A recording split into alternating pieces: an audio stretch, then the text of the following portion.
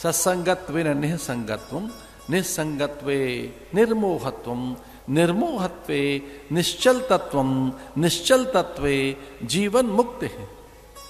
जैसे साधु जीवन में आएगा आपके भ्रम जाएंगे।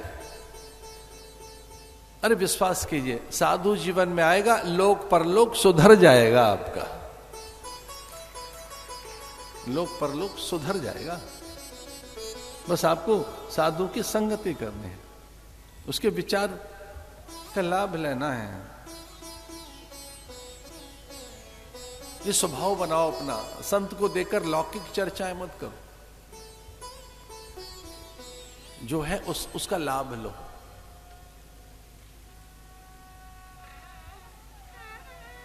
क्योंकि जहां सत्संग होता है वहां कल वृक्ष तो अपने आप ही चला आता है। जहां सत्संग होगा वहां सारी कामनाओं की पूर्ति तो स्वतः ही हो जाएगी, सारी मना वांछाएं तो वहां सिद्ध हो ही जाती हैं महापुरुषों के सानिध्य में। तो बड़ी चीज क्यों ना मांगे। और जैसा कि पूज्य भगवान कह रहे थे अभी कि कथा आरंभ हुई तो देवगण बड़े व्याकुल हो गए और देवताओं को लगा कि ये तो कथा हम ले सकते हैं, हम अधिकारी हैं, हमारे पास सामर्थ्य है, हम सर्वथा सर्व समर्थ हैं, ये कथा इनको क्यों मिले। तो जो उनके पास था उसे लेके चल पड़े, और वो भी सामान्य तो नहीं था जो उनके पास था। देवताओं के पास सामान्य वस्तु तो नहीं है, अमृत है उनके पास। अमृत का घट लेके चल पड़े देवगण,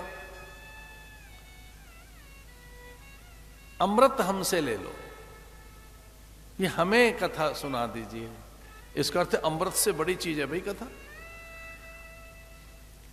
जो हमारे पास है वो ले लो हमसे, कामधेनु ले लो, कल वृक्ष ले लीजिए, अप्सराएं उनके पास है, उनके पास न जाने कितनी चीजें, सामर्थ्य तो है ही उनके पास। तो देवगणों के पास जो सारी सामर्थ्य है वो पूरी सामर्थ्य वो देना चाहते हैं, और अमृत का घट लेकर चले आए, सुधा ले लीजिए हमसे और ये कथा हमें दे दो। सुखदेव मुनि मौन हो गए, उन्होंने कहा ना ये नहीं हो गई, ये विनिमय की वस्तु नहीं है। मौन हो गए, वो गुरु के होठ हिले नहीं, वो ज्ञान मुखर नहीं हुआ, प्रखर नहीं हुआ, उसके वो अधिकारी नहीं बने। देव हताश होकर वहां से चले ही तो गए कि इसके लिए कोई बड़ी वस्तु नहीं है, ज्ञान के लिए, गुरु के अनुग्रह के लिए, गुरु हम पर कृपा करे, उसकी प्रीति मुझे मिले, इसके लिए वस्तुओं से नहीं खरीदा जा सकता ना। महंगी से महंगी वस्तु, मूल्यवान बहुमूल्य वस्तु से कथा तो नहीं मिल सकती।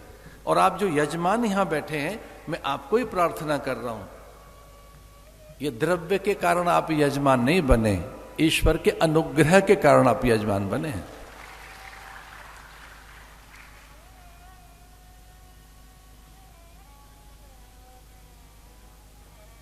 सत्संगत्वेन निःसंगत्वम, अलग कर देगा सत्संग आपको, अलग आपके अज्ञान से अलग कर देगा, आपके मोह से अलग कर देगा, उस तत्व में आपकी निष्ठा ले आएगा, जीवन मुक्ति। सूत जी से यही कहा सनकादिक ने, अब संत मिल गए तो सत्संग कर लेते हैं, और ये बड़ा दुर्लभ है, बड़ा दुर्लभ है। मनुष्य होना तो दुर्लभ है ही, मानुषो देहो दुर्लभम मानुषो देहो देही नाम क्षण भंगुर।